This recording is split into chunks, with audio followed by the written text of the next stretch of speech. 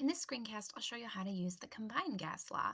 It actually combines all our gas variables, pressure, volume, N for number of moles, and temperature all into one equation. And actually, all of the other gas laws can be found by analyzing the combined gas law. Now, oftentimes when we use this gas law, the number of moles are staying the same. Imagine that we've filled a balloon with helium and tied the balloon. The number of moles inside the balloon then is constant. We tied it and closed it. And so the beginning number of moles is going to be the same as the ending number of moles. N1 equals N2. And so if the number of moles is going to stay constant, like in that tied helium balloon, we can assume those are constant and going to be equal and cancel out on both sides of the equation.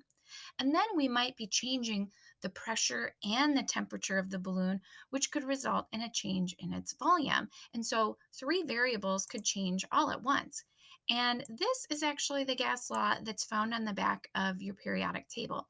On the back of your periodic table, you'll find the combined gas law. P1 times V1 over T1 equals P2 times V2 over T2. So that's one version of the combined gas law and the one that we're going to be using the most in this class. Now, we could imagine that not only the moles are staying constant and we aren't adding or removing gas, but we might imagine that we're keeping the temperature. Maybe the temperature of the room is controlled and it stays constant. And if the temperature and the number of moles are constant, we cover up N and T in the bottom of the equation. And then look, the result is just that we have Boyle's law, that we have P1 times V1 equals P2 times V2. If the number of moles are constant, imagine tying that balloon if the temperature is kept constant in a room.